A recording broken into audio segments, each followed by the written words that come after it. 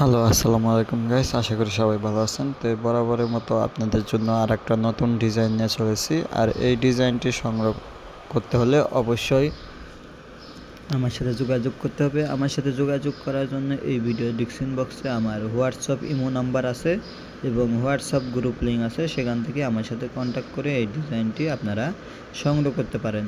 তো এই ডিজাইনটি সংগ্রহ করতে হলে অবশ্যই আপনাকে পিএলপি ফাইলটি কিনে নিতে হবে, কারণ এখন বর্তমানে ফ্রিতে কোনো পিএলপি ফাইল আমরা দিচ্ছি না।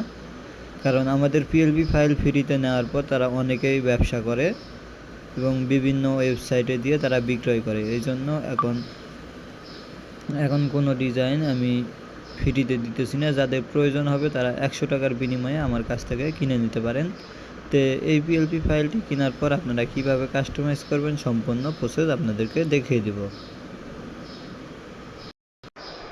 তো এখান থেকে আমি সর্বপ্রথম লেয়ারে চলে যাব। লেয়ারে যাওয়ার পর এখান থেকে আমার ছবিটাকে সিলেক্ট করে নিলাম। ছবিটাকে সিলেক্ট করার পর 3 নম্বর অপশনে যাব। 3 নম্বর অপশনে যাওয়ার পর এখান থেকে এই অপশনে যাব। এই অপশন থেকে আমরা সরাসরি এখান থেকে ব্রাউজারে চলে গেলাম। ব্রাউজারে যাওয়ার পর এখান থেকে ইমেজ অপশনে চলে যাব। ইমেজ অপশনে যাওয়ার পর এখান থেকে আমরা একটা পিএনজি সিলেক্ট করে নেব। তো আমরা এখান থেকে আমি এই পিএনজিটাকে সিলেক্ট করে নিলাম।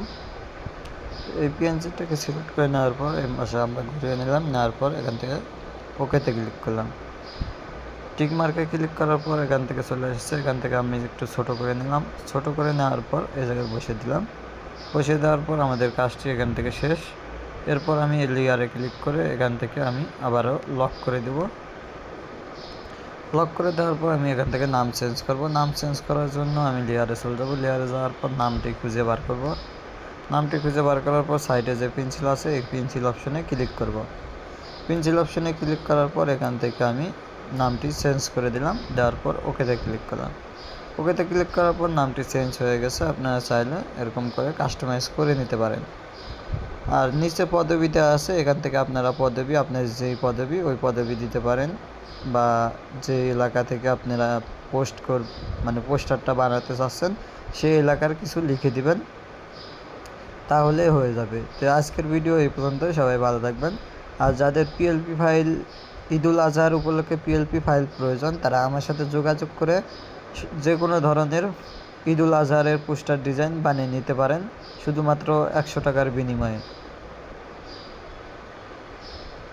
তো ডিজাইনটি কমপ্লিট হয়ে গেছে। ডিজাইনটি কমপ্লিট হয়ে যাওয়ার পর সেভ করব। সেভ করার জন্য সেভ অপশনে যাব। সেভ অপশনে যাওয়ার পর সেভ টু ইমেজে ক্লিক করব। সেভ টু ইমেজে ক্লিক করার পর এখান থেকে দেখবেন কাস্টম সাইজ দেওয়া আছে। অবশ্যই এখান থেকে আপনারা আলট্রা সিলেক্ট করে নেবেন। আলট্রা সিলেক্ট করার পর এখান থেকে সেভ টু গ্যালারিতে ক্লিক করবেন। তো আমি সেভ টু গ্যালারিতে ক্লিক করলাম।